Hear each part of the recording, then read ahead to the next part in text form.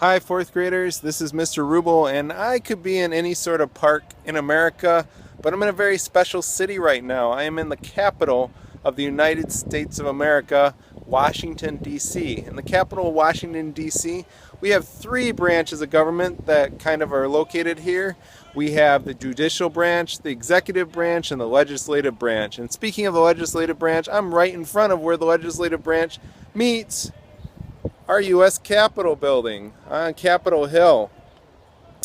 And behind me, there are two sides of that building. There's kind of that middle rotunda with that dome that's really cool looking. And then on either side, we have two parts to the legislative branch. And so one of those parts is the Senate, and the other part is the House of Representatives. So the House of Representatives are where our Congress people work to actually write up bills, which is, they're not quite laws, they're kind of proposals for new laws. So they write up bills, which is things they think should be laws, and then they vote on how those should go.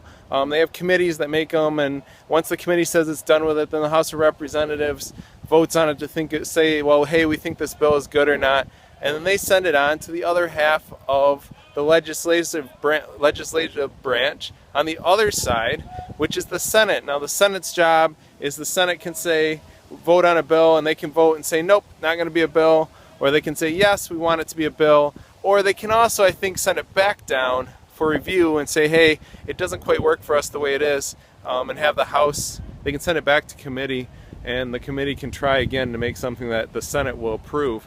If the Senate approves of it, if the House makes the bill, and the Senate approves of the bill, then it goes on to the President, and the President has kind of that chance to say if they agree with the bill or not, and if they don't agree with the bill, they can veto it and kind of stop it. So, but this part is the legislative branch with the House of Representatives, where they write up bills, and the Senate, which we have senators in, and they vote on if they allow the bill to go on to the President to maybe become a law.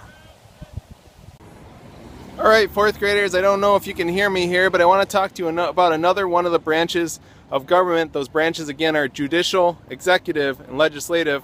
And right now I'm going to talk to you about the judicial branch of our government. And the judicial branch of our government is the Supreme Court.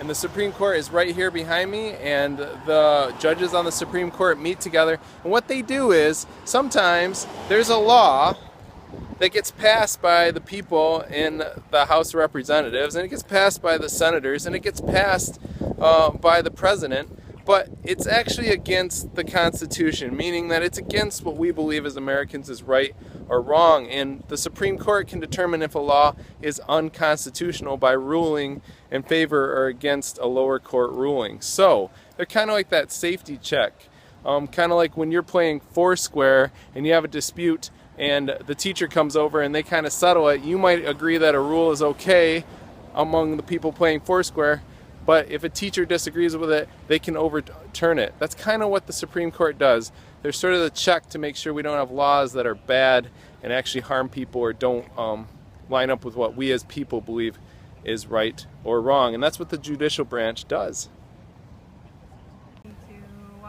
All right, hello, fourth graders. I did finally make it to the third branch of government, which is the executive branch, and that's the White House.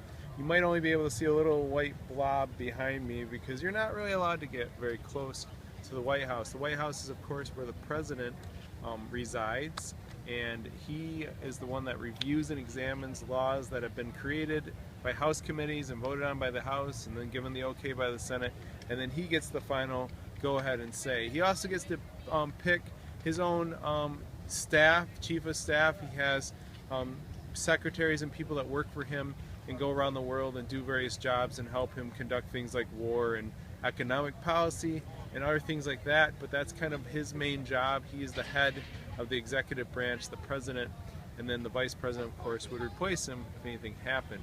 So, 3 for 3, judicial, legislative, and executive branches in Washington, D.C.